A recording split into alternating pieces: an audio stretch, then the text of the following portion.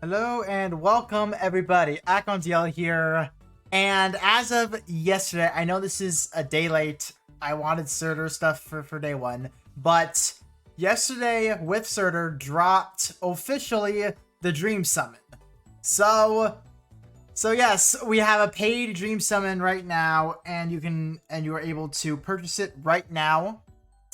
And in case if you don't know what a Dream Summon is, unlike the Dream Summon voucher, this does include like 99% of the general pool units, with the exclusion of like very recent ones within like 2 weeks or something like that. I don't know exactly. I think it's about 2 weeks. So pretty much, what I did for this video is that I have compiled the entire lineup because you are able to view the lineup and then purchase from there. I went through the entire lineup and picked out some units you should consider or you must consider. All right. So and also I try not to overlap too much with the free voucher. Because that free voucher is much more limited. You would rather use the free voucher first, then use the paid. Just saying that right now. And also, this is money you're actually spending, so you really want to make sure this choice is going to be worth your while.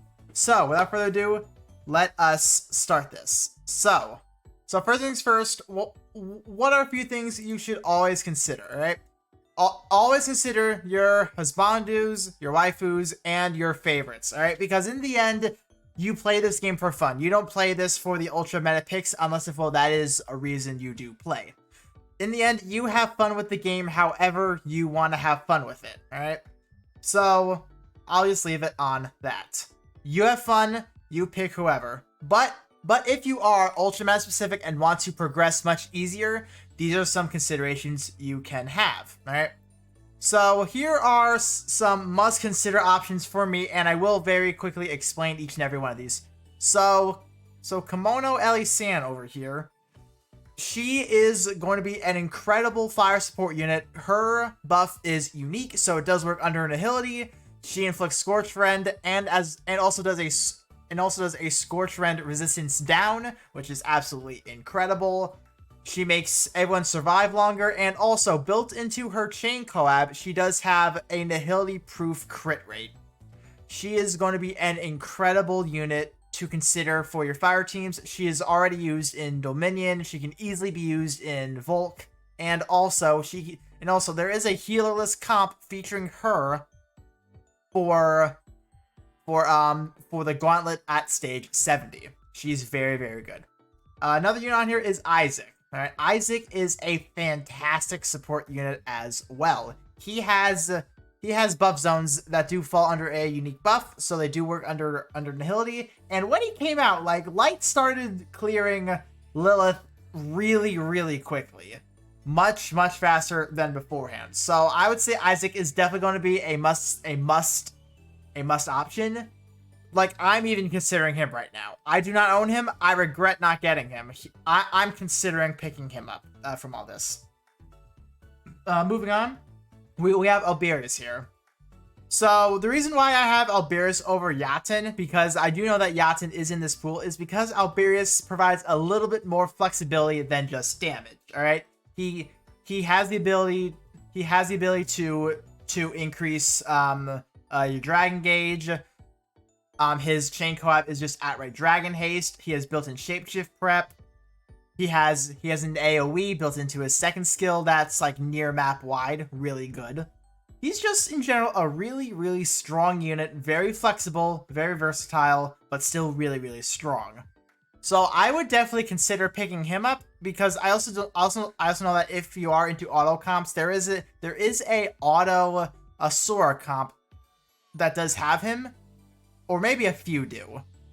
Regardless, he is definitely a unit to consider. He's really good.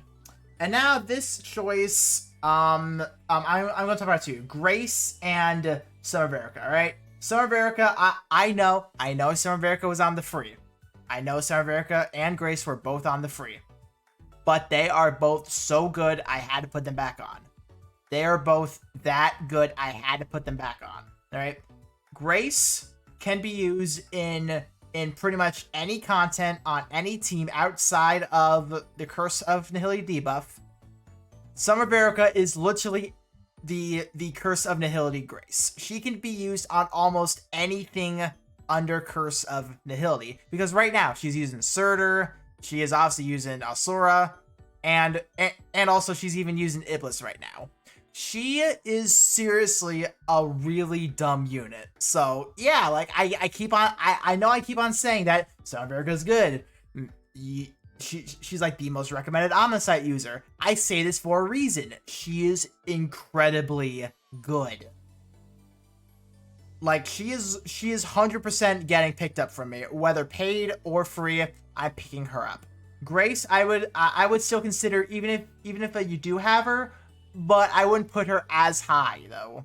That's my opinion though. I wouldn't put her as high, but still, I would still consider Grace, because Life Shields is still broken outside of Nihility. Still a broken mechanic. Great for autos. Great for early mid-game players. Grace I would consider as well. Now Hildegard. Hildegard is going to be your light healer. She is the undisputed light healer. You can get away with Estelle, you can get away with Vixel, but nothing compares to the amount of healing Hildegard has. She has so much healing. She has a curse cleanse. She has one-hit shields baked into her kit. She's a really, really good healer. Like one of if not the best healers in the entire game, especially for light. So I would also consider picking her up if you are struggling on the healer department, especially for your light teams. We have Lapis down here, right? Now Lapis, I know that when it came to the free, a lot of people were disappointed that Lapis barely didn't make the cut. This is now your chance to get Lapis. Now what makes Lapis so good? Lapis is usable in Surtur. I say usable, not meta, in my opinion at least. Not meta, but still very, very usable in Surtur. But she is incredibly meta for especially Legend Twins. And it was Master something else. Master Lilith, that's it. I don't know why I drew a blank on that. She's meta for both of those. She's just a really good unit. And also, her Sherd skill is the cheapest dispel in the entire game. Really, really nice. She'll make a dispelling in autos really easy. So she's also someone a lot of people will recommend. I do remember when I posted the Gala video that people were mad I recommended. I'm mainly main cord. They were mad that I recommended Gala Mascula, even Lapis existed. There's a reason why people were mad about that. She is a good unit. She's a really good unit. So I would consider her for your water teams, definitely. Next up is going to be Rysarda. Now with Rysarda, she's a flash burn. She's really good at that. She can make everyone tank pretty well. But her main thing is that she has dispels baked into her standard attacks. However, it comes with a side of carpal tunnel. That's her one downside. The fact that it's carpal tunnel dispels. That's the best way I can possibly describe it. Where you just tap like a madman. That's pretty much what Rysarda's dispels do, but it's only in Sigil unlocked. So she does have some downsides, but she is going to be a very, very strong unit. A lot of people do recommend her because if you really don't have dispels, she's a general pool unit who will supply them and still flash burns. So yeah, she's going to be a very high option up there. Now this one's a more recent addition, but Yukata Lothna, right? The only reason I'm recommending her is because of how strong she is. She is a really, really strong option that is in the general pool. So, just in case if you don't own like Gala Ranzel, maybe soon to be Gala Leaf. I know he's getting a spiral soon. Maybe. Yukata Lothna is going to be an amazing option for you because she does more damage based off of the amount of team amps you have. She can apply her own amps. She has a wind res down. And she's just good. Like like I've almost hit for, as a matter of fact, I did hit for 700k on Expert Iblis, which is pretty damn good. That's pretty damn good. She is a really, really strong option, so I would recommend her. I do not regret summoning for her. She was worth it to me. She was worth it. And the final option for the must consider pool is going to be a Summer Shell. Summer Shell is going to be your flash burn bot. She naturally has increased chance. She lowers her flash burn resistance. And on top of that, she's a wand too. And on top of that, she's also a wand, so therefore she'll be buffing the team's skill damage. She's just a good option. Like she's just good. And especially for Master Iblis, she's going to be phenomenal. Absolutely phenomenal. Just really, really strong. Really, really dumb. So that's it for must considers. Now these next few options, these are going to be like a rug lower, where you would consider them, but they're a little bit more on the like, should I not type of ordeal. Stuff that's like not as high as, okay, I want you type of thing. So with that, here are a couple of would consider options. These I'm going to go through a little bit quicker because they do have a little bit less of requirements. So Cecile is made for Iblis. She is made for Iblis. She is good. She just has a little bit of a wonky kit. That's about it. But she is still a pretty damn good unit. Belen over here. I know I have talked about her before. She is Cayenne Queen, okay? Okay, I actually have a friend who did recently pick her up, and he literally said, what the fuck is that S1 spam? Like, she is good, especially if you have Grace. If you have Grace, Belna shines the absolute most with her, because it's Emity, my favorite Dragon Drive mechanic, to as of where standard attacks do fill the gauge. The S1, it is a D-spell, and you can spam it.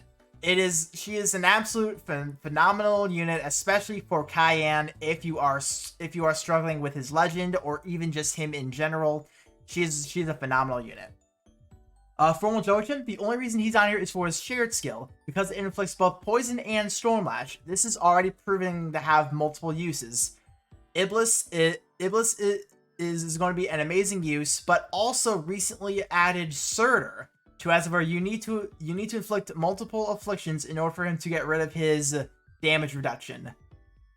People with dual affliction shared skills. Formal Joachim is going to be a great option to bring to Surtur.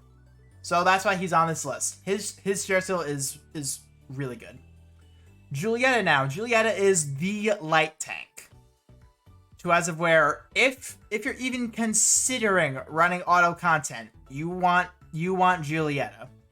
Her mana spiral is also pretty simple to get as well. It's a standard spiral. It's not Jaws of the Mighty, and her kit is pretty much utility proof. She is already on an auto lead for Expert Lilith. She is really good. Definitely would consider if you are going to go the auto route. Formal Noelle now is going to be an alternative to Lowen, but however, she did prove to have her usage for Iblis. But also, her shared skill is also a poison resistance down, making other content a little bit easier. For example, Asura. All right, so you can very easily just use the poison res down and spam poison, and boom, you can ignore Asura's just very high resistance value. So Formal is definitely an option to consider. Grimnir is another pretty strong general pool unit, not as strong as Yukata Lothna in my opinion, but still really strong. I find him to be a lot of fun. Right, he is one of my favorite wind units in the game to use. Lots of fun, a really fun kit, a really good kit too. So I would definitely consider picking him up if you want to spice things up a little bit. Sarapatia over here, she is mostly used for auto Asura right now. But however, she is also a pretty good poison affliction user as well. That that does pretty well. She is a pretty solid unit. Really, really good. I'm considering picking her up for the Auto Asura as well. Two twice of which you can still pair beautifully with Formula Wells share skill. So I would consider Samarapatia. And I don't have Delphi on here, but I would probably still say Samarapatia over Delphi because Samarapatia just has a little bit more usage versus Delphi. It's more speed, clear, cheesy kind of. So I would still probably say Samarapatia. Kimono Luca. I'm really considering him because of Auto Idlis. He is on so many Iblis autos, I'm heavily considering picking him up. But however, that's pretty much one of his only uses, really. He's solid. He's mostly a support unit, but he's just really good for Iblis autos, so I'm considering him. I'm really considering him, and maybe you guys should as well if you do lack him. Summer Alex, Master Asura. That's the best way to say Master Asura, just scorch rend for days. That's what she is. She is absolute scorch rend. Makes the fire phase of Master Asura an absolute breeze. I know that I heavily considered her as well, but however, I did have Kimono Alisan, so I didn't really stress about her. But she just does scorch rend so well, I had to put her on the list. So that's why she's on here. And the final what you consider is Vanya. Vanya not only does have a great co-op and chain co-op, but being skill damage and crit rate, which is pretty damn good in of itself, she's also the best shadow strength amp bot. Alright, you can, with 2 Vanyas, you can pretty much max your amps without barely even trying. It's ridiculous. Just one as is. They can get a team amp pretty easily. So she's really, really good, and also she has survivability in her kit as well, being through the form of like a vampire thing, being like attacking and healing off of it. So she's really good for that. I'm also half considering her for Auto Asura as well, but not as much, because there are teams without her and more have Samarapatia in there. But I'm considering her for the collabs though, because I'm rocking Xena, and that doesn't work on some people. So I'm considering her. She's on the list, but yes. So now, who would I not consider? All right, who should you stay away from? Dragons and anything 4-star and below. The reason for dragons is because this is a much bigger pool. This is literally all the general pool units and dragons in the game. You should be using this on Adventurer, especially because dragons A naturally have a higher rate, and B, this costs real money. And same thing applies for 4 stars and below. They should not be adding any more 4 stars or 3 stars into the game, and they naturally have a much higher rate of getting pulled rather than the 5-star adventurers who will continue to be added.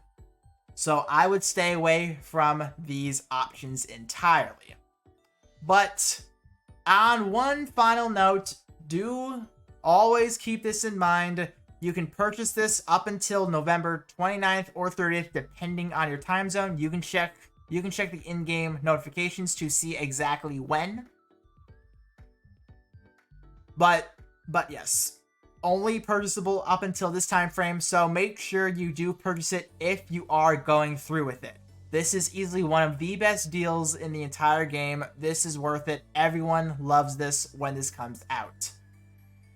Make sure you don't miss out on this. If you are considering, you have until the end of November to finally consider. So on that note, that is going to be it for this video. Hopefully you guys did end up enjoying this, and hopefully you guys do make the decision that does benefit you the most, or pleases you the most. And also, just if you guys have any unit recommendations as well, feel free to leave them in the comments down below. These are all obviously a little bit more geared toward my opinion, and I know some people are going to be like, oh well, that option's okay, I would do this option. You guys are more than welcome to read the comments as well for stuff like that. And I'll see you all whenever you guys come back to my channel. So until then, I'll see you all then.